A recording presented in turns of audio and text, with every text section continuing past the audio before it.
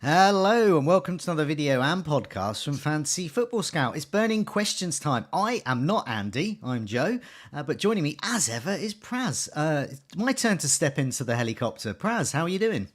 I'm very well, thank you, Joe, and thanks for the nice introduction. You've been watching Burning Questions, I see. Yeah. Look, thanks for stepping in, first of all, because Andy was yellow flagged with work-related stuff, so he couldn't make it last minute, and obviously you stepped in, and what an able replacement, the Thank the, you. the grandfather of Scoutcast, and stuff that you're doing this Yeah. year with Well, Captaincy I and feel like I'm of the age, and I feel like a grandfather at the moment. Even though just a not in father, the age way. just a father, a young grandfather. But yes, it's good to be here. As you know, you and Andy, I send messages every now and again to you saying, "Great show, really like that analogy. I like the helicopters. I like the way you compare chips." Strategies to trying on jumpers in shops that helped me a lot. I like analogies like that. Keeps it nice and simple for me.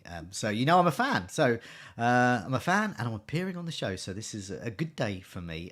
Welcome those in the live chat: Varan, Nassim, FPL, Michael, Paul Van Rensburg, Raghav Rao, Tim, and many more. I can't name you all. There's so many of you. You have a good turnout on burning questions. You would think that a lunchtime Wednesday one wouldn't have as much live audience, but it's surprising. Well, I don't know. It's quite it's a free time in my day as well, and I guess it must be in other people's. So, what can our many viewers and listeners look forward to on the show today? Well, thank you. So agenda for today. So we'll do our macro view as is famous, or helicopter view, which is basically on the back of the Double Gameweek 29 announcement. So we'll talk about what we learned from that. We'll do a Liverpool deep dive because a lot of people are contemplating double ups, triple ups, getting Salah or not, despite them getting hammered every week, and the Madrid game yesterday. So we'll talk about Darwin, we'll talk about Gapco, we'll talk about TA, we'll talk about Robertson. Then we'll go down to captaincy, because I think after many weeks, even though last week was a week where Rashford outscored the popular Haaland, Yep. this is a week where I think it's going to be a 50-50 split. So let's talk about Saka versus Salah. We'll talk about Everton and Wolves. They also have doubles. People may not have remembered, but they do. And then we'll talk about our bust teams. Okay, lots to pack into the show. Just a reminder to everyone: do press that like button and do subscribe if you're not already subscribing. Do tell your friends, go out, tell your neighbours, family, everyone. Subscribe to Fantasy Football Scouts YouTube channel, and keep pressing that like button as well. Okay, what we'll do is, shall we have a look at those fixtures first? And look at what we're doing. It's a bit of a patchwork quilt, so I'm going to leave you to sort of explain what's going on. Lots of blanks, lots of doubles. Lots of chaos. Here's the fixtures coming up for the rest of the season. Right. Yes. I would like to think of it as the chaos is sort of the fog is clearing, because we now know about game week 29, which is going to be a big double. We've talked about this in the podcast before, that we knew game week 29 would be a big double, and we basically now have that confirmation. So there's going to be 10 teams that doubled in game week 29: Aston Villa, Bournemouth, Brentford, Brighton, Chelsea, Leeds, Leicester, Liverpool, Man United, Newcastle, Forest, and West Ham. And what that doesn't include in the list is basically City. So that was a surprise, City not getting a double game week. Obviously on the back of them not having a run in the Carabao Cup this year, which is normally the case. Arsenal don't have a double on the back of them exiting the FA Cup early. And then Spurs don't have a double as well. So now the Spurs one is something that I want to talk about, because as you see in this table, Spurs are meant to play Southampton in game week 28. So you see that game week 28 column, and they have Southampton away. Now, the thing is, you expect Spurs or Southampton to go through to the quarterfinal of the FA Cup. And if they do, that will become a blank. So if that becomes a blank, the game, as you can nicely see in game week 29, there's a slot for Tottenham and there's a slot for Southampton. They could basically just play each other. So there's a reasonable likelihood that Spurs could also double in game week 29. So this isn't completely final. This is just reasonably final. So that is something that was not so popular, and I wanted to highlight before we move on. Okay, interesting. I'm a Harry Kane owner. I do like owning Harry Kane because whilst he doesn't get mega returns, he always finds a way, and he did it the same to him this time. Spurs not that great. Hey presto, pops in with an assist. So he keeps ticking over with those with those points. So he's quite handy. But looking at Tottenham's fixtures, yeah, they've got Chelsea next. I don't mind Harry Kane at home to Chelsea. That's a good fixture, I think, for him. Then he's got Wolverhampton in game week 26, and Nottingham Forest in game week 27. And then there's that Southampton fixture in game week 28. So you're looking at that. I want to keep him, I think, for me. But I can understand why lots of people are getting itchy fingers. And I know we're going to be talking about Darwin in a bit. Yeah, and because that's the thing. You can get to, and you have done in your team, you can get to a Salah with a Kane and a Haaland, but you can't get to a Darwin Núñez and a Salah, or a Darwin Núñez, Salah, and a Trent Alexander-Arnold. So a lot of people are looking at that trade-off on who do you really want to attack for this particular week. So we'll come to the Liverpool discussion in a bit. But sticking to the macro view, I think Liverpool are also an interesting team because their double is Man City away and Chelsea away.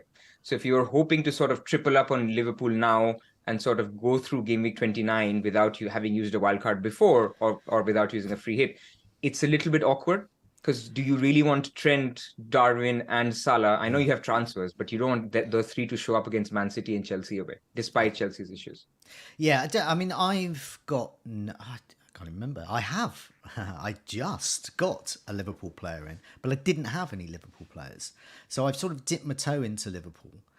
But I am reluctant to really go to town on them because of those issues. We don't quite know what's going to be happening, and we need to get that sorted. So remind us again, what is the key FA Cup clash that we need to be aware of regarding Liverpool? It's the Leeds-Fulham game. Right. So if basically Fulham lose to Leeds, then they will have an FA Cup game because Fulham are playing Liverpool. Right. If they win, then Liverpool and Fulham will play.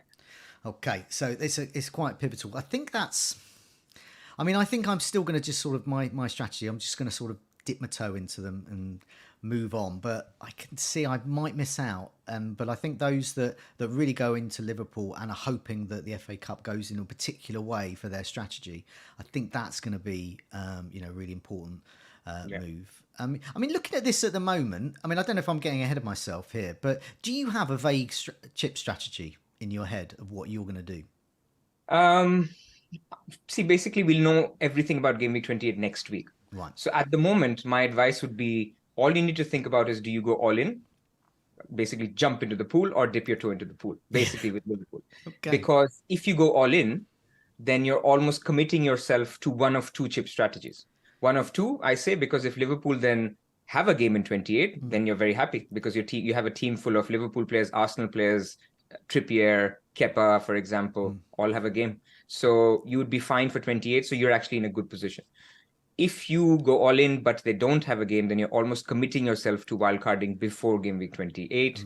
So you're looking at a wildcard in 27 or 26. So that's the thinking at the moment. And where I'm at is I'm debating these two scenarios. Do I want to really commit or maybe just go for two Liverpool players and an Everton player? So I've sort of hedged myself. Yeah. And I say, regardless of Liverpool having a game in 28 or not, I can navigate this period in many different ways. Yeah, I think that's sort of the way I'm looking at it as well. Keep sort of keeping the options open. But so far, I think for me, and also the way my mind works, I like to try and keep the game simple. Not overcomplicate it too much, and other people might have that sort of mindset as well.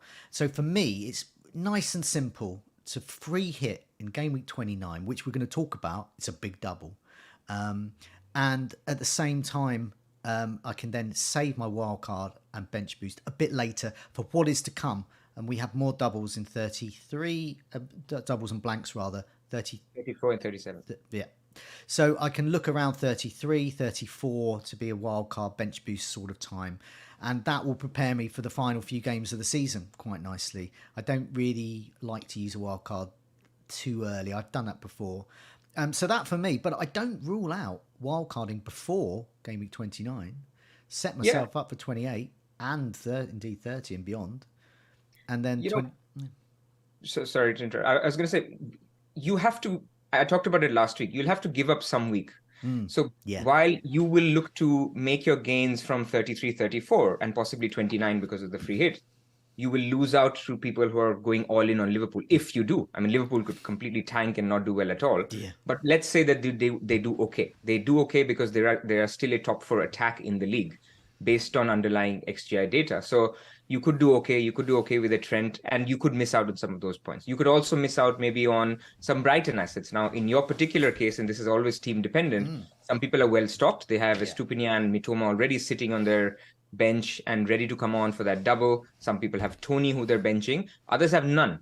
So for them to basically look at, I'm going to attack the Liverpool double, I'm going to wildcard in 26-27, get all the Brighton and Brentford guys that I want, free hit in this blank week where Brighton and Brentford don't have a game. I think that also has a lot of merit, and it'll come down to any upsets in the FA Cup. It could be the Spurs game, it could be the Leicester game, and obviously the pivotal Leeds Fulham game. Yeah, so I mean, once again, my sort of strategy there would be for the double game week of Brentford and Brighton is just don't go all in. Have a bit of Brighton, bit of Brentford, and then I'm okay for 28. They can either be benched or moved out, and then game week 29, I don't have to sort of keep them, because day 29 I might free hit. Yeah. And then that would cover it. So when the doubles were announced yesterday, I very quickly, sometimes with these things, I like to just have a sort of an initial thought and then see where I'm going with that. And I just wrote down a sort of team, a free hit team that I might want for that for 29. And so looking at that, I mean, Tony up front. And I might go something like a 4-5-1 or something like that. There's not a tremendous amount of strikers I want, but, open to debate. Lots of midfielders. I definitely want 5-player midfielders. There's Mitoma, March, McAllister, one of them, maybe two of them for Brighton, at home to Brentford, away to Bournemouth. I probably want 2 Brighton for that. I probably want 3. So Lewis Dunk, Estupiñán in defence. So I'm looking at going heavy on Brighton there. For a free hit, if I was going to free hit, then Tony, and then I also want Manchester United are doubling as well. Manchester United have a decent double as well, yeah. Away to Newcastle, yeah, and Bruno, Bruno, Shaw. There's your 3 there. West Ham. I mean, I haven't really looked at them. At home to Southampton, home to Newcastle. Bowen is fantastic at home. 8 million. I'm not sure I want Bowen long term. Free hit 29, I think I do. And so Bowen's in there as well. Loads of midfielders. Chelsea options as well. Felix as well. Loads of them. It's just so many different players. But those are the ones I sort of highlighted. Importance of having Manchester United. Players like Bowen will be little bits of differentials there that not a lot of people will get. Sort of fallen out of favour, and then I can really, as a Brighton fan, I can really stock up on Brighton temporarily. But that's what I thought. See, my initial thought was also free hit 29, but I also want to reiterate that it's a very dangerous free hit 29. Because the single game weekers like Haaland are home to Liverpool. You saw what Benzema did yesterday to them, or Junior, and then you have Saka and co who are home to Leeds. Again, good fixture. So basically, yes, you're playing Bowen, but you're not playing Saka. You're playing, you're playing João Felix, but you're not playing Haaland. So it's a very dangerous free hit in the sense that you'll get more games. You'll get 22 games for sure, but you could moose out to a high-owned brace or a hack. If I keep, there would be a sacrifice in some of the players, but go for a couple of single game week players. Why not? Yeah. And I might end up getting to 29 and think, well, my team's fine. I just need to make a couple of transfers. But Saka would be a wrench. I can get rid of other Arsenal players, but Saka would be the one. And as you said, with Manchester City, so difficult. We spoke earlier about Man City before we came on air. I said in Goals Imminent video this week as well, Haaland's the only one I really want at the moment. They scare me. But if I went for another one, it'd be Mahrez. But Haaland and Saka. So maybe game free hit 29 or normal week 29, whichever strategy you're using. That's a big decision. So thanks for pointing out this big decision I've got coming up. I mean, see, we'll have next week. So at the moment, you're right. Let's sit tight. Let's just evaluate. You can go in 3 approaches. You go gung-ho Liverpool or not, or just get one, just get Salah to cover the captaincy. And then you sit back next week, you wait, because the Spurs game that I mentioned that could go into game week 29 versus Southampton, that would swing it a lot for me in terms of wildcarding before, because you get Kane, people like me who don't have Kane. Yeah. He plays Nottingham Forest at home, game week 27. Yeah. He has a double. So you basically get it Brighton, Brentford, Kane, who I don't have at the moment. You get them all. You free hit in game week 28, they don't have a game in that. And then you get them all back, which is, again, part of your free hit team. You had Tony, you had triple Brighton. You'll have Kane if he has a double. You'll have Rashford. So it covers a lot of it. So for me, this picture between chips changes so much just on one fixture change that all we have to do at the moment is stay open-minded. And by end of next week, we will have a stream next week. We'll talk about the different chips. We'll have a full idea of 28. And because we will know if Spurs have made it or not, and thus the Southampton game would be postponed, we may even get an announcement that the Spurs game is going into 29. So something to watch out for. Well, certainly. And on the flip side, as Kane owners like me, that would mean I could possibly not free hit or do anything like that, because I've already got one of the prime double game week players. Just in the live chat, FPL A+. A+ for this comment. Just says Iheanacho and Maddison. Of course, let's not forget Leicester. In game week 29, they face Crystal Palace away and Aston Villa at home. Good fixtures for the Leicester attackers there. Very good. I don't fancy a clean sheet against Villa, but possibly for Crystal Palace game. But yeah, another two names. Can we have about 20 players? Game week 29. It's a week where a lot of bench boost off the cuff players will be popular, and yes, bench boost could be popular as well. So you could say, I'm just going to get all these players. Some are cheap. I don't want to take the risk of not going against Haaland or Saka. Just going to build a bench boost team. The problem with the bench boost this week is that it comes right after an international break. Yeah. Which, you know what happens in international break. Every player seemingly becomes yellow flagged, and then you get nervous leading into game week 29. Luckily, the England manager won't pick Bowen or Maddison. So fair. But for bench boost, you can't play obviously free hit and the bench boost in 29. Just as we're talking here, this is quite good. I'm now thinking, maybe I should wildcard in 27. There you go. That's the other strategy. Free hit in 28. Deal with that then. And then bench boost in 29. Because the more we're talking, the more I'm talking about players. And I said, can we have a joke with 20 players, but can we field 15 players split? Well, we can with a bench boost and a bit of planning. My mind has been turned. This is the point. We do burning questions not to solve problems, but to create more problems. To create problems. We've certainly created a problem for me. Shall we move on to... do you want to chat about Liverpool? Before we do that, I want to talk about game week 32 as well. Oh, okay, yeah. Far away. So because, it's easy to see what is happening in 27, 28, 29, but we cannot forget what's also happening in 32. So 32 will be the FA Cup semi-final week. Mm-hmm. So we will, again, from the draw of the FA Cup quarterfinal, be able to make educated guesses on who will blank in game week 32. So it's very important next week when we see the FA Cup quarterfinal blank. Okay. The draw. And game week 32, another interesting development from this game week 29 scheduling is that the only one fixture that is left now that you can see on this table that is on the right that has been postponed from the past is Newcastle Brighton. So all the games from the Queen's death, the train strikes, anything else have been now rescheduled except for Newcastle Brighton. So now you can see in game week 32, there's a nice little window if Brighton end up blanking because Man City are in the semi-final. So let's say Man City have made it, but Brighton haven't. Let's say Spurs have made it. So then Spurs have a blank. Man City have a blank. They both then leave a slot for Brighton to play Newcastle. So would that be... okay, so that would mean if you are loading up on Brighton for wildcards 27... and you have them in place for their double in 29, that would mean. And you use a free hit to navigate 28. By game week 32, you're thinking, where am I? Well, wait a minute. I've got my Brighton players because I had that. So that could work out really well. That could. For that to happen, you need Spurs and Man City to make it in the semi-final and Brighton to not make it in the semi-final. See, that's bad as a Brighton fan for me. Exactly.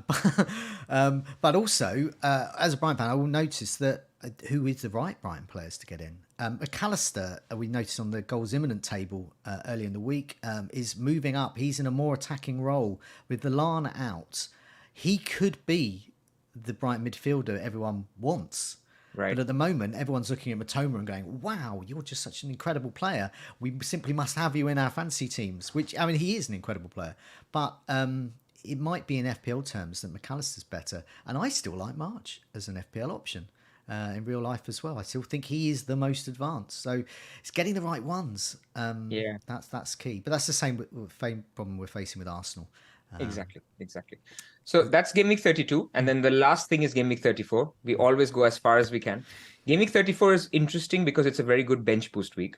And I want to also emphasize it doesn't have to be that you have to wildcard in 33 to get a good bench boost out in 34. And I'll explain why. Okay. Brighton will definitely have a double in game week 34 because they have had so many postponements. They will have a double in game week 34.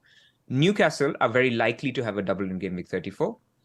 Man United will definitely have a double in game week 34. So these are three teams with very cheap assets that you think can form the core of your bench boost. Mm-hmm. Now, Rashford isn't cheap anymore, but Dalot is, Shaw is. And then you still have your Man City doubling. You still have your Chelsea doubling. So you will have a lot of teams to pick for. It's not as big of a double as 29, but it's a better double in my view because, for example, Brentford's double in 29 is really bad. So Brentford's double in 29 includes teams like, where do I see Brentford? Yeah, they're playing Brighton away and Manchester United away. So it's not amazing. No. Whereas if you were to bench boost with, let's say, triple Brighton assets, triple Newcastle, defense even if you wanted to go there, now that can get you a lot of value. And so I think personally, for me, wildcard window is separate from bench boost window. I'm more convinced that a bench boost in 34 is better than 29 because of this international break primarily. And then you have a little bit of time to build towards it. Okay. That's basically it. Now you forced me into that. So I started off with a plan. And now that plan has changed. And I'm thinking, wow, bench boost in 29 would be good. Now, from what you're saying, and especially they're better players as well. They're players that I want long term. So one of the appeals then of a free hit in 29 is it involves a lot of teams that I don't particularly want to stock up on too much. I mean, I like Bowen, but I don't want Bowen forever.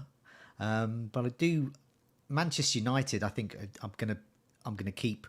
Well, that's something we'll talk about with our bus teams. That's an option that we have. And I know I've seen a lot of people getting rid of the likes of Shaw. No, I haven't seen anyone yet on Twitter say, I'm getting rid of Rashford for this double and they're blank. But Shaw is definitely being jettisoned. So as a Shaw owner and keeper, I'm very pleased to see that. I'd like his ownership to go down, please.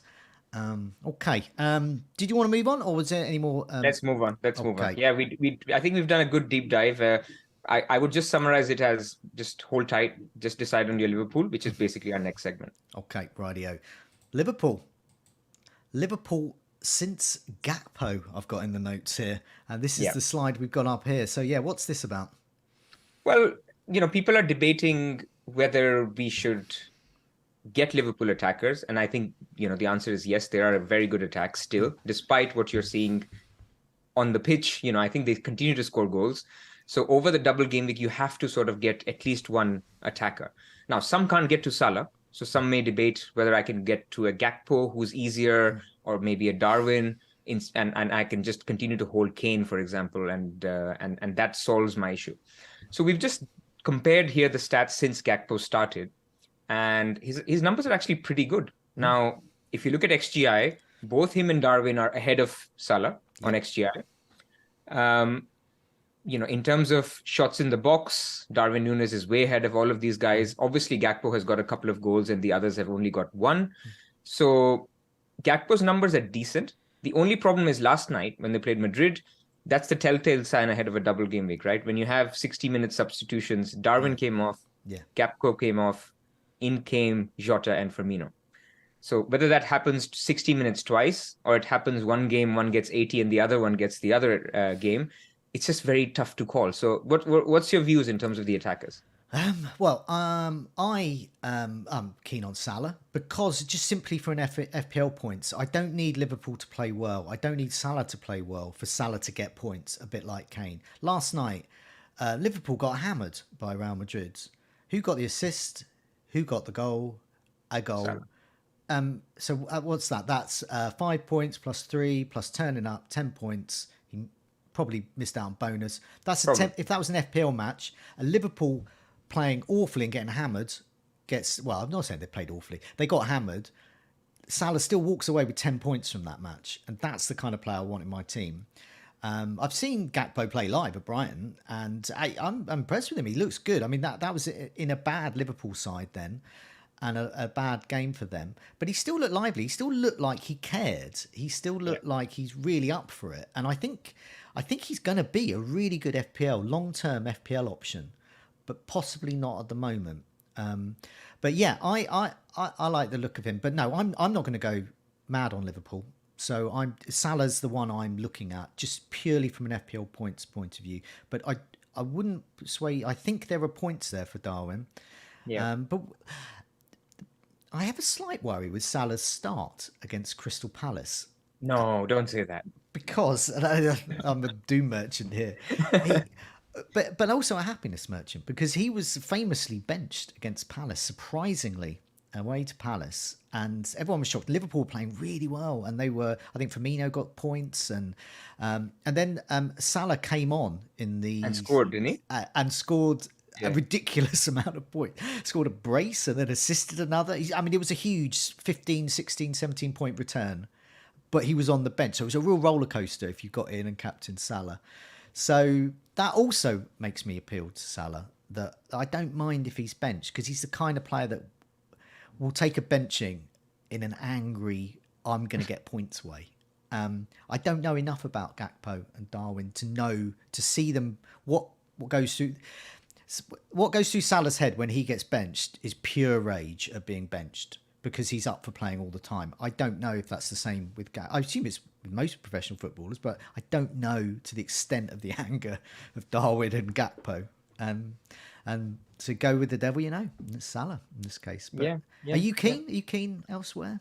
Well, I think you and I both have already gone. I mean, a little bit of a spoiler alert. So we've both already gone for Salah because we both owned De Bruyne. So we had an easy route because De Bruyne is ill, right? I mean, you just don't want to end up in this thing of Friday conference. And so there was no desire to keep De Bruyne. No. So this was a no-brainer transfer. I think it's more complicated for people who can't get to Salah that easily, that could debate it. But I think for people with De Bruyne, don't even think about it. It's the easiest transfer you'll do. But I am concerned about the shot volume that he's had in the past. His overall numbers are okay. So they're compared to 2 seasons past, not last year's Salah pre-AFCON. That was just insane numbers. But I think his numbers have been okay. And I think a lot of people are down on Salah because he's got no penalties all season, which is basically, if you Seb from Scoutcast basically did this, right? I mean, he looked at if Salah got penalties equivalent to what Kane or Mitrovic or Tony has had, what his output would be. And it would be a lot better. And people would be talking about Salah as a no-brainer captain this week, which is strange, right? I mean, we don't control penalties. No. So my view always in a double game week is get the penalty taker if you can.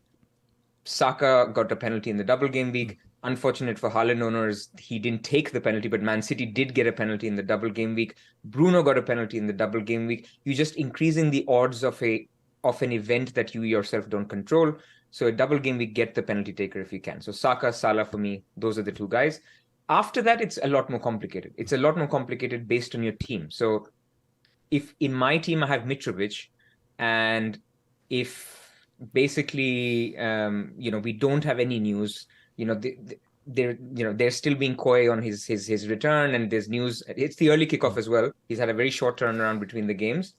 And if Silva's saying, he's okay, maybe he starts, I'll just ditch for Darwin. Not because I want Darwin, is because it's game week 28. I have no bench. So I don't have the capacity to take a chance. Now, other people, for example, could have a midfield spot that they want to get rid of. Could be Mahrez, let's say, if he gets 90 minutes. So for them, they could look at a Gakpo. So I think for me, the second Liverpool attacker is more out of necessity than that you have to get him. Yes.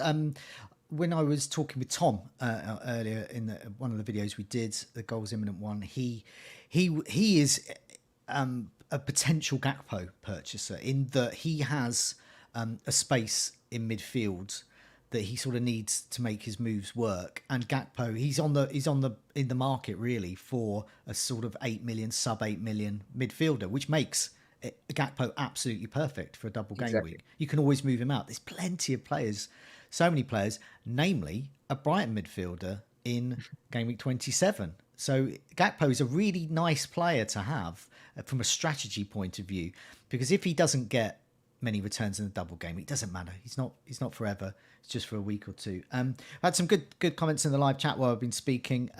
Joshua's quite rightly pointed out that the Salah from a few years ago would get a brace in the last 10 minutes against Palace, but perhaps not now. But we can live on hope as well. Magic69 has said that Darwin is often angry when he starts, and he's pointed out once again to the Crystal Palace. Looking at the when he played Palace, and he saw red then, so he got a red card in time for.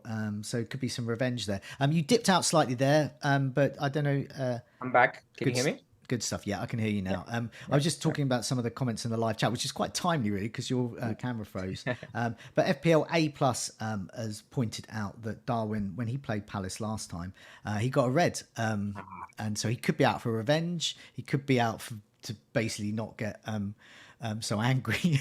And some of the other comments in the live chat quite rightly pointing out that Salah is not the player that he once was, or perhaps he is still.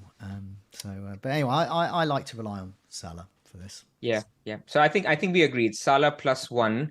So I think the guys who are looking at Gakpo, like Tom, you mentioned, these are the Bruno plus De Bruyne guys. Yeah. So De Bruyne, they go for Salah, and then they're looking for that Bruno because he's obviously blanking. So I get it. I think there is a spot for him if you wanted to, but know that I think in my mind the order would be Salah, then Darwin, then Gakpo. So you're basically, would you agree with that order? Yeah, definitely. But as you said, it all depends on your strategy, whether you want to go all in on Liverpool, and also depends on what spaces you've got. So in my case, I've got 3 strikers I don't particularly want to get rid of this week. I'm not sure I want to get rid of for a while. One, as we'll talk about, I've so hedged my bets with my team. I've got a cheap Leeds player who plays, and a cheap Fulham player that plays, because one of them is going to blank. One of them's going to play coming up, and so when I find out which one it is, the other one's going to go. So I don't know which one it is yet. That's a clever way. It's a hedge we talked about when we talked about Nonto. So you obviously went for that hedge. So you'll be in a better position than others to have a player already. Yeah. So he's I just see him. He's not exactly the same player at all, but I just see him as a Pereira in my team. He's just a Pereira. He's a first sub. He's a cheap player. He plays for a team that's doesn't score loads, and in Leeds' case doesn't score any. I'm quite happy to keep for a little while, keep him to go. And he's so low owned that even a 2-point return gets me points, gets me a rank rise should the equivalent of other teams blank and fail. So people in the live chat were asking about other Liverpool options as well, because we've mentioned those 3, Salah, Darwin and Gakpo. But what about the defenders as well? And that's something that might intrigue me. Should we move on to the next bit? Let's do that. Let's call them attackers as well, because people will get triggered if we talk about Liverpool defenders after they've lost 5 goals to Real Madrid. A clean sheet is just a bonus for these lads. Exactly. So who are we looking at here then? It's we've got Trent on the left and we've got Robertson on the right, and this is since the restart. Now, we could have gone way back from the beginning of the season. The reason we went from the restart is because there's an observable change in the way Trent is playing. I think before the restart, Klopp was trying out different formations and Trent was sitting back. So I think this is the more natural way. This is the Trent that we know who has done well. And there is a clamor to get Trent. And I think, in my view, Trent is the second best player that you can get if you wanted to go for a Liverpool ahead of a Darwin, potentially, because you could keep Trent for longer. But the problem is he's 0.5 more expensive, and we'll come to my team, and there's other teams like that. We can't get to him. We cannot get to a Salah and a Darwin and a Trent. If you wanted to completely dip into the pool, we just can't. So the question here was, is Robertson an alternative? Can somebody look at Trent and Robertson? I think after the 5 goals yesterday, we're not going to debate that. I think it's going to be too risky to go for Trent and Robertson. So what we're looking at in the chart is basically Trent has got 3 assists since the restart. Robertson's got 1. 3 clean sheets for Robertson, 2 for Trent, because he missed out on the 1 game where they got a clean sheet. 35 FPL points versus 32, not the end of the world. Robertson XG is actually very, very interesting. So if you, obviously Trent is on free kicks. So 0.35 per 90 is his XG per 90, but 0.11 of that is coming from free kicks. So if you remove that from open play, he's creating a 0.2 XG per 90 compared to a 0.59 XG per 90 for Robertson. So 3 times the XG. So you can actually also see this in the eye test where Robertson is in the box receiving the ball and Trent is basically pinging the crosses and very good at them and getting the assist. So XG versus XA, obviously you get a lot more points for a goal. So my summary of this was it's not the end of the world if you went for a Robertson instead of a Trent. I mean, you could, basically get a goal out of Robertson versus an assist. But the most likely outcome is you get 1 return from each and they just basically do okay. I think the only caveat I think with Robertson is Tsimikas can easily play. It's a double game week, fixtures mounting up. Tsimikas can quite easily take a start there for Robertson. And these are 2 good fixtures for clean sheets. So while we say clean sheets are extra for these 2, nevertheless there are chances of clean sheets here. So I think if I was in a position where I couldn't afford Alexander-Arnold, but I could afford Robertson, I'd be tempted to do that move. I think it's worth it because of those stats. But there is that. And with Alexander-Arnold, is Milner really would come in. There may be others, but it's much more likely. I mean, Tsimikas is a good player that can play. And there isn't really an able deputy who's under 30, however. I mean, he wasn't great in the time that Robertson was out pre-World Cup. Yeah. And then I guess he is still able because I think Joe Gomez was absolutely terrible yesterday. I mean, it was Real Madrid, but he was terrible. Yeah. And Milner, I mean, he can get some minutes, but I think Trent is a 90 minutes man. Robertson, if he starts, should get the game. I'm not as concerned about a rest or a rotation because, they'll be out of the Champions League, frankly. I mean, it's going to be hard for them to turn over this 5-2. So it's not like they have a very busy schedule coming up. No, I mean, I think I'd be, well, we'll talk about it with our bus teams, but if I was to get either, I'm in a position where I can get Alexander-Arnold for a hit. And so I would do that if I was prepared to take a hit over Robertson. I don't think Robertson's hit worthy, but I think Alexander-Arnold could be because you could keep him for a while. He has those free kicks. He just feel that he's just going to get more minutes. It just seems a more reliable pick if you're going to spend points. But if you don't have to spend points, I don't know. And if you can just afford Robertson, I think that's, as you said, it's absolutely fine. I think you're going to get a return. That's where I'm at as well. And the point on if you can get 2 for a hit, yes. I mean, if you have a playing player, then yes, you can, you don't have to take a hit for Robertson. But we'll come to my team. I have no third defender.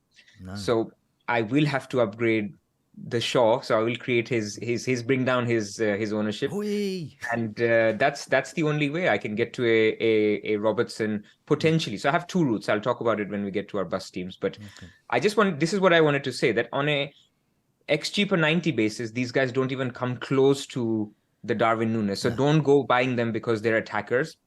They do need clean sheet points. They could be some because Crystal Palace and Wolves are both, I think, in the bottom 5 for XGI since the restart.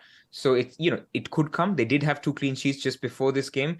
They are poor. Don't bank on the clean sheets. You could get some upside, get lucky in a double game week. That's where we are with defenders. Okay. The issue of captaincy. Shall we move on to captaincy? That's going to be... Let's do that. That is tricky, especially if you own a couple of players who look like prime candidates. Let's have a look at this image here. So, Salah and Saka. Salah v Saka. I can tell, owning both, I'm going to move every day, every hour, every day. I'm going to change my mind. And I'm going to hopefully end up on the right one. Chances are they're both going to do well, I would hope. What the stats say? What which one should we go for? I mean, honestly, if you look at the stats, if you look at the XGI created all season, they're similar. Salah slightly ahead. And this is not non-pen. So coming back to the Salah point, Saka has a couple of penalties in here. Salah doesn't. So on purely stats, you would say Salah is doing better. But then on the eye test, when you look at these teams, you just see how fluent Arsenal are compared to how Liverpool have been. You just see how much Saka is getting more and more involved. He scored in the last couple of games, that he's getting more involved in the attack, because Martinelli is not coming in as much, or if it's Trossard, he's basically hugging the touchline a lot more, so he's cutting in. You saw over the weekend where Ben White was crossing, so Ben White is actually overlapping Saka's cutting in. That is not happening on the left-hand side. So Saka's a great pick, and at the moment I'm exactly where you are, which is my head says Salah, but my heart says Saka.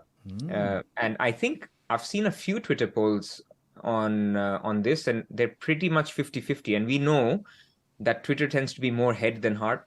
So I think if I was to guess, the ownership or the EO for Saka would be higher than Salah. Would you agree? Yeah, I think so. I mean, I think they're both broadly the same, as in they're both in a sort of overall of ownership is about 25-35%. I think Saka's is a bit more than Salah's at the moment, but I certainly think it'll be similar. I think effective ownership, because of the captaincy, both of them are going to be hovering around the 90%, or both are going to be just topping 100%. But it's going to be hard to. I don't know which. I know the captaincy decision can be the decider can be effective ownership, and I know that's been the case with Haaland so many times, in the way I think and others think as well. So at the moment, I think I would go for Salah. But yeah, that's Saka. I think he's very good. He's got a way of getting points. He always looks the best attacker. He has got the best stats though amongst the attackers in Arsenal, the underlying stats. But the eye test and the fact he gets the points tells me he is the best one. Correct. I mean, a lot of times XGI is just pumped up for De Bruyne, Odegaard, and these guys and Bruno, because of the number of key chances they keep creating every game. The volume of those chances is just, they bring up the XGI a lot. What we remember in our mind is obviously the guy who took the shot, which is the guy who's creating the XG. So I think Saka is higher on that. Salah is higher on that, even though this year his XA has been higher because he's been creating some chances for Darwin Núñez. And there's another aspect to it, which I wanted to discuss with you, which is basically a hedging aspect. So if I went for Darwin and I had Salah, I feel I'm already overcommitted on Liverpool attack, a team which is not looking so great. Versus if I don't own Odegaard, but I do own Nketiah, and I have Saka, but I don't have triple attack, and Odegaard is very highly owned, do I think maybe I can hedge it and cover Saka captain and just do that? So that's something that's playing in my mind. Well, I mean, the captaincy, I mean, it sounds obvious, but it's a good way of thinking about it that people don't. The captaincy is an extra player. You get a 12th man. Yeah. So it's effectively, as you said, it's effectively a double Liverpool attacker there. So if you've already got that other attacker who's likely to either score or assist the returns from your potential captain in Salah, then you are very well stocked up there. And if you're not very well stocked up, if you're a bit low on Arsenal attackers, for example, you could look to beef that one up. And it's something that I would definitely be thinking as someone who has 1.5 Arsenal attackers, because the other one is Martinelli. Right. And I'll only have one Liverpool attacker, so that could sway it towards Liverpool if I use that sort of metric. Yeah. But it's something that goes into the mix, doesn't it, in our thinking with captaincy? Exactly. It's just because these softer points come into it when the decision is so close. Because an analytical person will just tell you, just captain the guy who you think scores most points. Well, I have no idea, because they can score anything from 8 to 15, and either of them can do that. And it's ultimately a range, and you can never say one's going to be 12, one's going to be 11. I know models can tell you that, but ultimately you have to take into account EO, you have to take into account hedging and this sort of stuff as well. So I think we agree there's no answer yet, but we will debate. I'm slightly more on Salah. I think you are as well at the moment, but it could change. Okay, shall we have a look at your bus team or my one? Which one do you want to go for first? I've talked about it just now, so I'm happy to go first. Okay, let's go for you, Fern. So this is your bus team. Do you want to run through the players that you've got and who's perhaps has just come in early for you, and who's left, and any other further moves that you're planning? Yeah, so my team is Kepa in goal, White, Mings, Patterson. The defense needs work, so I'll talk about it. I have Saka, Salah, Andreas, and Mahrez. So Salah has come in for De Bruyne. It was on the back of when I heard that De Bruyne is ill, I just didn't want to take, why wait? Because then I'm not going to learn anything new. De Bruyne's not going to play tonight, and Salah's already played last night, so I went for it. I've got Andreas and Mahrez. Mahrez, I'm still hopeful as a good pick. He plays Bournemouth, and given that Foden wasn't as impressive last weekend, I'm hoping that he comes through both tonight and over the weekend. Then I have Mitrovic up front, again a problem. I have Nketiah and Haaland. So on paper, I think I'm happy because I have 3 Arsenal, and I think Nketiah is good for this double at least. Saka and White. My problems are Mitrovic and Patterson, basically, because Mitrovic might not play, Patterson might not play, and I've already got Rashford, Trippier, and Shaw on the bench. So I need to make 2 more transfers. So I will need to take a hit. And there are 2 routes. I could go Mitrovic to Darwin Núñez, and I could go Shaw to Robertson. So that way I would bench Patterson and then play Robertson. So then I have 3 Liverpool, 3 Arsenal, 2 Man City against Bournemouth, and I've got the enablers from, Chelsea and Fulham.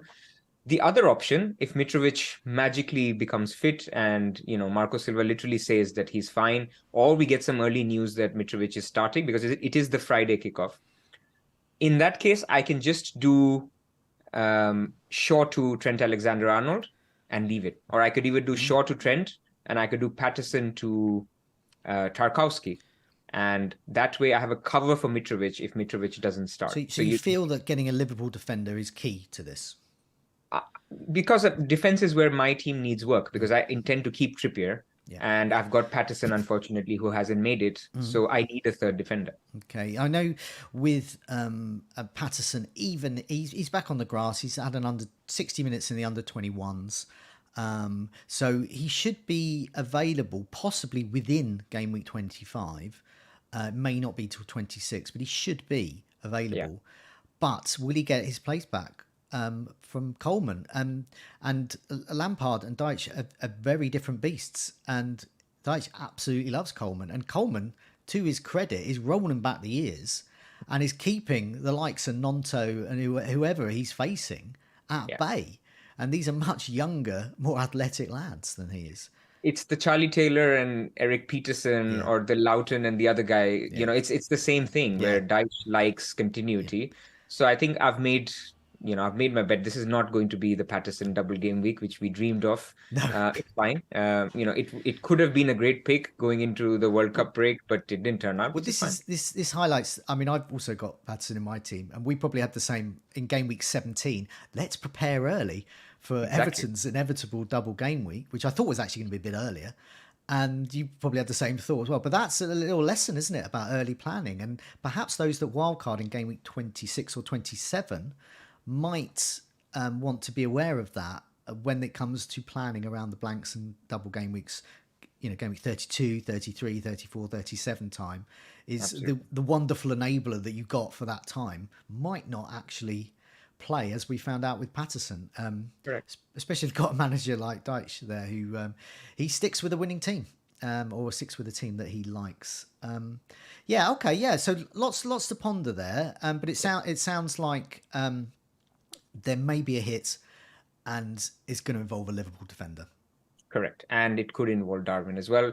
And now the other 2 transfers, I'm going to wait till last minute, obviously till Friday, and see what happens with Mitrovic. Okay, so here's my bus team. So I made some moves last night. I hate making early moves, but I have 1.5, I think I had in the bank. And the potential, I always think in terms of looking in the future, what potential moves I might make. And I thought I've got 2 free transfers. If I wanted a hit, if I wanted Tarkowski, Salah and Alexander-Arnold, I can't hang about. I'm going to miss out. All it takes is 1 price drop, 1 price rise. I can't do it. I'm locked out of that. So I had to move early for those that were going to do that price rise or price drop. And so my team is 3-4-3, Kepa in goal, provisionally Patterson. He'll probably move on. Tarkowski, new in. I love the I'm caught up in the whole Dyche Burnley thing. It's so romantic for football fans. It's so jumpers for goalposts. I just love the whole idea of a really rubbish team with a flash manager like Lampard, Champions League winner, Chelsea record scorer from midfield, all of that. And then in comes Sean Dyche. Right, I'm going to just hoof it up to the big man at set pieces. Just keep doing that and try and win. And that, I like that. Yeah. So I want the guy that they're all aiming at, whose head they're all aiming at. And that's Tarkowski at the moment. Ben White, I think I'm going to get at least one start. I'll probably get both starts, actually. Andreas, this is why I've kept him. He's Wolves at home. Salah, new in for Kevin De Bruyne. He's my captain so far. I've got Martinelli. I don't care if he's benched because I'll take 30 minutes against tired legs. I've got Saka, vice captain, could be captain. I got Nonto, who is the Andreas of the North. Well, the North being the upper bits of the attacking bit of the team. Nonto there at home to Southampton. I'm very happy that he's playing. He's got a good fixture for this one. And one of Pereira and Nonto is going to go at some point. Haaland, Bournemouth away, and Kane I've got as well. I like Kane against Chelsea at home. I think that's a good fixture. Bench, I've got Ward, Rashford, Trippier, and Shaw. I have got 1.7 in the bank. I've got Patterson, who's 3.9. I can't get to Robertson and Alexander-Arnold from Patterson, annoyingly. I don't think I can even get to Van Dijk. Or I don't think I can get to Matip. I think I can't go there, basically. So if I've taken my 2 free transfers, I will take a hit to possibly remove Trippier to Alexander-Arnold, and then just bench Patterson and deal with him another time. But there's no other defender I want, except I am considering Patterson to Coleman, which will double Everton defense. Get in. Imagine me rolling back of the years. I remember way back when I first started with Fantasy Football Scout, the big debate: Leighton Baines or Seamus Coleman. Yeah. Who would think that I'd be sitting here on Burning Questions in 2023 and one of them's still playing and I'm still talking about them? No Leighton Baines, but Coleman is possible, and he'll be very low owned, and Sean Dyche loves him. So I think I might potentially do that, but that would leave me without any Liverpool defence. But I don't know. What do you think? Trippier, I mean, basically, it's Trippier or Shaw has to go if I want to get Alexander-Arnold or Robertson. So you're the same spot as me, because I can also do Trippier to Trent in my Darwin and basically the triple up, or I can do Shaw to Robertson. So that's an option for you if you wanted to lose Shaw. And my thinking on Shaw and Trippier is basically the following. Next game week 26, they both have a terrible fixture because Man United are away to Liverpool and Trippier is playing Man City. Yeah. So you have a problem next week anyway, owning both of them. Yeah. So might as well get rid of one of them. Then in game week 27, they both have a beautiful game. They both have, I think, Southampton at home for Man United, and who do Newcastle have? Newcastle have Wolves at home. Yeah. So both are very playable, both are great. So it's not the end of the world if you lost one of them. The other is equally good. But then when you get to game week 28, Trippier has a game and Shaw doesn't. So that's my main issue. And the other point is that if you sell Trippier, you will 100% have to buy Trippier, because there's no other player you can get from Newcastle defense or even Newcastle in general that is as good as Trippier from that team. If you lose Shaw, you could maybe get a Martinez just as he's not the same. So I think the opposite. I think with Trippier, I think Burn and Botman will easily cover any, obviously a clean sheet that would cover. The bonus. Trippier's not getting those assists. We do it. We have the assists imminent table on the goals imminent video, and it's just unbelievable the amount of crosses and corners he's popping in, and he's just going to be there forever, never assisting for a while. I mean, he gets bonus through the chances created. Yeah. So that's the thing. I mean, I know Shaw has got a lot of bonus as well when he plays centre back. So Shaw gives you a hedge. If he plays centre back, you get bonus. If he plays left back, then you get the assists. I don't think there's too much into it. I personally think that Trent is a 1 week thing. Trippier is a whole season thing. So I'd rather keep the guy who I think I will want. So if I want Trent, logically, Shaw, with Gameweek 28 in mind, Shaw's the one that we should go. Can you do Shaw to Trent? No, I'd have to go short of Robertson, I think. So same spot. I think I'm leaning more towards that than Trippier to Trent. Or how about this? If I'm doing that to sort of cover any potential clean sheets, because I do think there's going to be a clean sheet at least in this. Alisson. Ward to Alisson. But I'm not sure I want to play Kepa against Tottenham. It doesn't solve your issue of the third defender. You don't still have a third defender. Yeah, that's true. You're right about this burning questions. It presents so many burning questions for me. But yeah, so I've got a lot to think about there. I suspect what I will probably do, hopefully, is just forget about it and do nothing. And I won't have a hit. So I'll be 4 points up on everyone else because most people I know seem to be taking a hit at least. And just go with that. I mean, you need to sort of think about, I'm going to convince you to take a hit. You basically not putting out a player in a double game week, because this is a unique blank double, putting out 10, taking a hit for a doubler, the old 2 points for a blank game week. It's actually 4 points because you'll get 2 games out of it. So if you took a hit for a Shaw to a Robertson, let's say, and Patterson gets no minutes, you've basically made your hit points just in appearance points. Then if they get a clean sheet, then if they get a assist or whatever, then it's all bonus from there. So I would consider a hit. I'm still thinking of getting rid of Trippier for Alexander-Arnold. Could do that. I know. I feel the vibes, and also a very, very good argument for keeping Trippier. So that is a big decision I would have to make. If you kept Trippier, you are more open to navigating game week 28 because he plays Forest, right? There's no way you're going to that game without Trippier. If you sold him, then you would slightly edge yourself to a wild card earlier to get him back because there'll be a lot of pressure as you come out of the blank. The pressure will be get Brighton, get Tony, get Trippier. Yeah. So you'll just feel like, okay, let's just wild card. That's the thing. I can't believe this. I've started off with one strategy and I've come up with another, and now to handle the blanks and the doubles, and now I started this by saying, I'm so glad everyone's getting rid of Shaw because I can keep it and now I'm probably going to get rid of him. Well, there you go. Okay. At the end of burning questions, do you like to take some questions from the live chat? Depends on the mood. Yeah, I think we've got a good chat. I think they're in the mood. I'll tell you what, everyone. If you could start putting your questions in, we'll load them up. I'll try and find them. So put a question mark at the end, so I know it's a question, and I will ask Pras what he thinks. So get your questions in now, and hopefully we presented lots of things. I know for myself, it's created lots and lots of challenges for me. Your show has created lots of challenges for me, but in a good way. It's challenged me as a fantasy manager rather than let me be complacent. And I started off this show being complacent, and I've ended up challenging myself. So let's have a look at these questions then. Simple one from Danny B. Darwin or Nketiah? Oh, definitely Nketiah. For this week, I mean, Nketiah has insane XGI numbers. Yeah. What do we think of Mopé? This I don't know if they... Alessandro, I'm going to pretend that you're not joking. What do we think of Neal Mopé?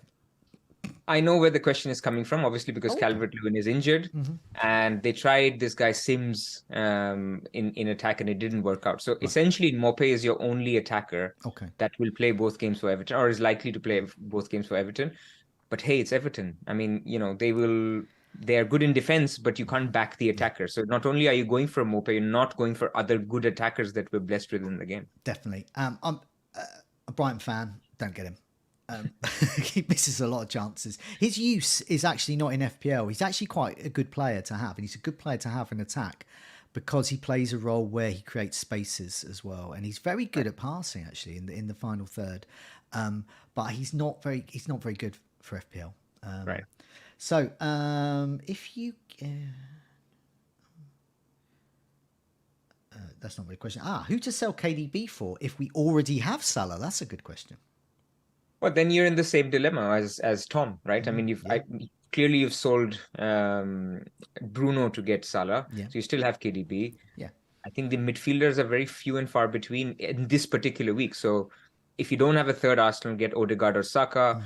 If you have them, then maybe Gakpo is the shout that you need to sort of consider. Okay, Varan says, great stream, guys. It makes me want to take a -8.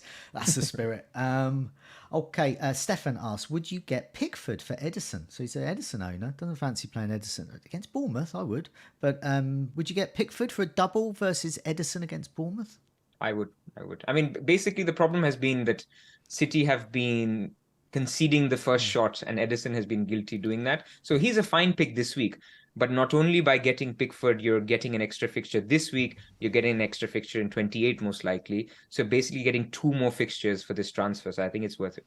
Okay, this question reminds you that we have neglected Wolves to some extent, and so Zhao asks, not keen on a Wolves defender. So there are people with Bueno, a number of people have Bueno in their teams.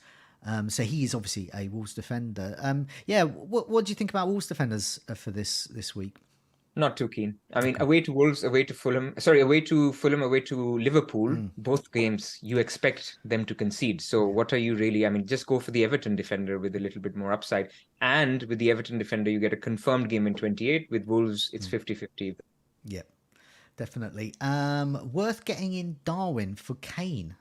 So that's something we discussed earlier around about the merits of keeping Kane or not. But yeah, I mean, what those considering that move, what do they, just to wrap up, what do they need to think about if they're going to be considering that move long term? Because it's not just for this week. Oh, you still there, Praz? Oh, sorry, I am sorry. So you're saying if you sell Kane to get Darwin, yeah, what do they need to do? I mean, they're basically doing it for funds. So let's say you have Bruno and Kane. So to upgrade Bruno to Salah, you need to downgrade Kane, and you absolutely must to get those funds. Then I think Darwin is fine. So it's again coming back to, if you need the funds, not because you want Darwin instead of Kane, if you need the funds for Salah, then I think I can see it. Yeah. Okay. Yeah. I mean, I think as well. I mean, I'm one of the people with Kane, so I'm keeping. I like this fixture. I like long term. Should Kane get a double as well?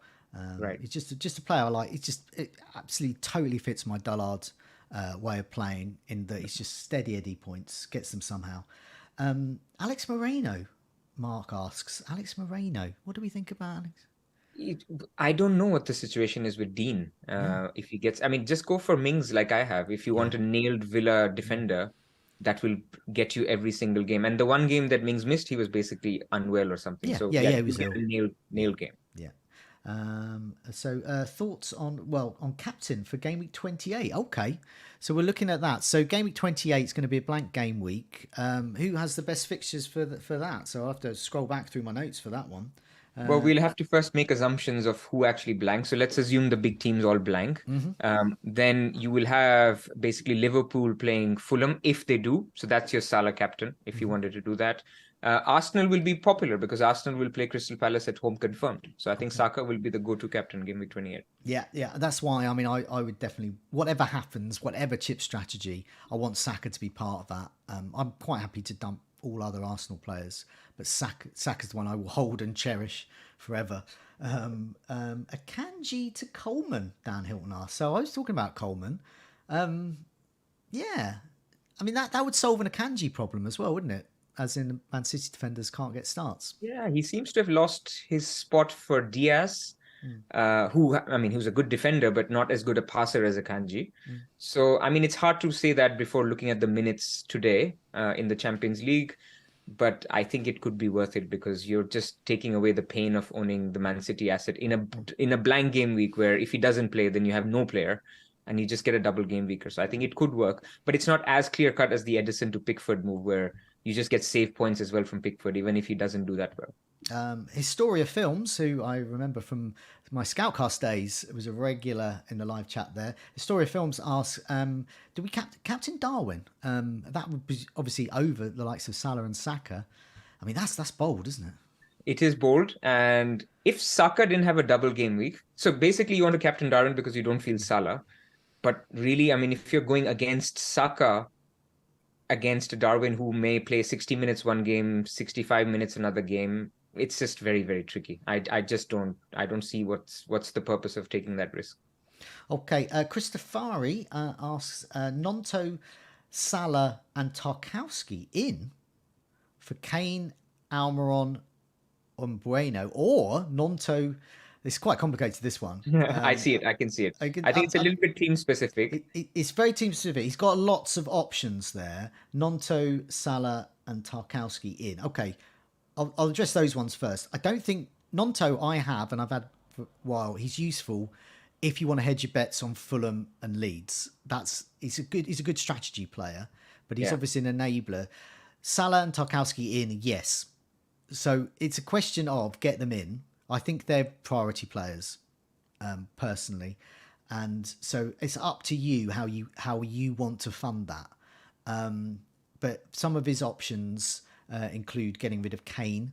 I like Kane, but if it means you get those players, I would make that move personally. Yeah, so his question is basically boiled down to, shall he sell Bueno for Tarkowski or Shaw for Trent? Yeah. That's basically the question.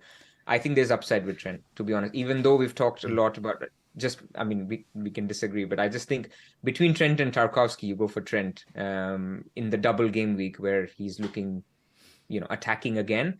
But if you wanted to have a longer term horizon, then maybe Tarkowski is better. But Okay, I'm gonna do a few more questions and then we'll wrap up because there's so many questions, and thanks so much for putting those in. But we will literally be here forever, and we've all got families, and we need to eat and sleep and work, and work, and all the other things. So Gurav asks you specifically, would he lose Haaland if not captaining until game week 29? Another bold move, but could pay off. Haaland hasn't been the best captain for a while. I mean, people could consider it. I'm just thinking, why would you do that at this stage? I mean, because it's not like we're completely desperate for attackers. So yeah, I mean, if people wanted to think about it, I don't think value argument is one. I think captaincy, he makes a very good point. This week obviously has a blank. Next game week, he's home to Newcastle. So you could argue that could be a good captain. But, there could be other options, like Arsenal are home to Bournemouth. So you could equally go for a Saka. Game week 27, he has a game, and the game is nice against Crystal Palace away, but then he's not doubling. So you'll probably end up captaining Tony or a Brighton player. And then game week 28, he blanks. So I can see the logic if you wanted to lose Haaland, but I just feel like I don't need those funds so desperately that I need to do that. So therefore, Trippier and Haaland and Rashford are the three that I'm willing to keep. Kareem asks, Mahrez, also says, great content. Thanks a lot, Kareem. Mahrez to Gakpo or Felix to Darwin? Basically, removing good players for good players. Yeah, both are dangerous, right? Both are dangerous. Can I say neither? Neither, I think. I think neither as well, depending on how many minutes you see Mahrez and if he continues to look good. And when I say continue to look good, is basically, is Pep pissed off with him? Yeah. And does he take him off at halftime? If he doesn't and he looks all right and City win, then yeah, keep him. I think both are good. Felix is a good player to own because he doesn't blank in 28 and he has a double in 29. Mahrez is good for this week. He's playing Bournemouth. Yeah. So yeah. Alan asks, Kane and Patterson for Darwin and Robertson, and then get this, for a -8. So he's already made some moves. Right. As soon as you said for the -8, no. I would definitely consider if that is just simply your moves there. Though. Right. And there was a question, where was it? Sheila asks, thoughts on Nketiah as a captaincy shout? And the reason she asked this and is because she doesn't own another Saka or Odegaard, and she's not convinced on Liverpool assets for the captaincy. So just not keen on. Is Nketiah worth it? I mean, I think he's going to start both, isn't he? He's going to start both, and he gets a lot of minutes because there is no like-for-like replacement. There were some noises that Martinelli could start up top and Trossard starts on the left, but I think he's a decent shout, but he's not Saka. He's not on penalties. So my first answer to you is, surely there's a way you can get Saka this week, even if it's for a hit. Yeah. Or Odegaard even. Yeah. And if you really, really can't, and you basically, this is the team you're locked in with and you don't feel, then I think it's fine. I think Nketiah's stats would be good. It could be the double game week where he converts all this goals imminent into actual goals. The goals imminent, he was very near the top of that table this week. And one of the stats we highlighted in another video was that he'd had something around 13 shots, 11 were from close range, none were on target. And I never see that sort of thing on the table. Usually it's 10 shots, 5 out the box, 1 on target, something like that. Glass is half full or half empty. Absolutely. Nketiah is he's either going to absolutely annihilate the opposition this week and he's going to fulfill those promises and finally hit the target, or this is just going to go on forever. That's just simply not his role for Arsenal. And I think the Scoutcast lads have alluded to that in the past, that Nketiah's role is not the goal scorer necessarily. Right. Right. Well, Jesus was similar, but he is just creating more XGI than Jesus was. And historically, he's been a decent finisher. So it could just be a bad patch and, you could get lucky over the double. Okay, final one, because it's a super chat question here that Karen asks, thoughts on Odegaard to Gakpo this double game week and get an Arsenal defender. My immediate thought is no, because Odegaard's really good and he's playing very in the good. double game week. He's the guy you want after Saka from Arsenal, because you want Arsenal for a long time because they have a game in 28. So definitely hold Odegaard. And the double attack is better than double defense anyway, because they've been a little bit leaky more recently. Okay. Excellent. Thanks so much for all of your questions there. That was, I feel like, even though I'm pressing the buttons and I feel I've learned a lot. I feel like I've just been watching it, really. I've been. Well, that's very kind. No, I mean, it's great to have you. No, because I hopefully, like a lot of the audience, you kind of got an idea of what you might do, and then it's good to get some challenging, burning questions, quite literally, into your head, and think, well, maybe I'm taking the easy route out. Maybe there's a better way there. But obviously, we've got to rely on these players that we want to get in to actually score.